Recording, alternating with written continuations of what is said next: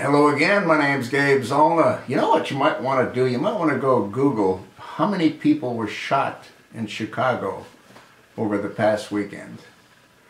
And you're not going to believe the numbers that get shot in Chicago. Now, what I did is I went and I Googled exactly that, and a whole lot of sites came up.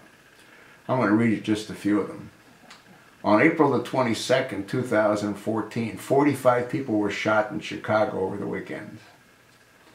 On April the 21st, 2014, at least 8 dead, 44 wounded in weekend shootings in Chicago. On July the 8th, 2013, Chicago erupts in gun violence. 74 people shot, 12 killed. 72 shot Chicago in wave of holiday weekend. Here we go. Here's 7 dead, 41 wounded in wave of Chicago weekend. Race Wars, Part 1, the shooting data on Latino communities. The list goes on and on and on. You go to January the 18th, 2013. Chicago murders top Afghanistan death toll. January the 11th, 2013, at least 18 murdered in Chicago within the first 10 days. I mean, the list goes on and on and on. You know, the business to be in Chicago is in the funeral business. I mean, come on. 29 black people have been killed by police. Chicago shooting victims. Crime in Chicagoland. I mean, this is crazy. It just goes on and on and on. So you want to ask yourself a question. Where's Al Sharpton in all of this? Why isn't Jesse Jackson marching down the streets with Al Sharpton arm in arm? This is crazy. You could spend, I don't know how many days or how many weeks just looking at all of the killings that take place in Chicago. That's just Chicago.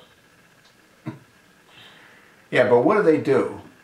You've got this administration run by the less than Honorable Attorney General Eric H. Holder Jr. They focus on Ferguson, Missouri, where a gang member attacked a police officer sitting in a squad car. They destroy the police officer's livelihood. They destroy the livelihood of countless black folks that both owned and worked in businesses that the governor, Jay Nixon, sat back and allowed those buildings to be destroyed because he didn't deploy the National Guard when he knew what the outcome was of the grand jury's decision and when that information was going to be released. Is anybody being held accountable? Is Michael Brown's stepfather being held accountable for burn this bitch down, burn this bitch down, burn this bitch down? Nobody is being held accountable. All they do, they meaning this far-left freak liberal agenda, they just look to try to further divide. You won't believe the number of killings that take place, black on black. But where's, again, Al Sharpton? Where's Jesse Jackson? Where's Barack Hussein Obama? Why isn't he saying, well, those kids that got killed could have been me. If I had a son, it could look like a couple of thousand of those that got killed. You could spend the next month looking at all the shootings that take place in Chicago over a 12-month period. But you don't hear about those. No. What do you hear about? Well, you hear about a shooting that just took place near Ferguson, Missouri, in Berkeley, Missouri. You hear about that. You get all kinds of news coverage on that. Why isn't NBC and ABC and MSNBC, why aren't they going to Chicago and talking about what's going on there? Is that because that's Obama's hometown?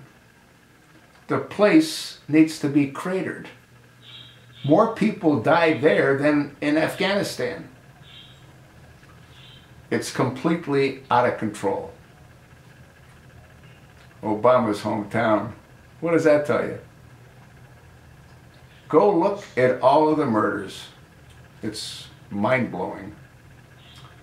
I'm sort of spinning my wheels here, but you really need to take a look at it. You won't believe what you see. And what's disgusting is we don't hear about any of that. But you sure as hell hear about a white cop shooting a black guy, even if the black guy's got a gun in his hand.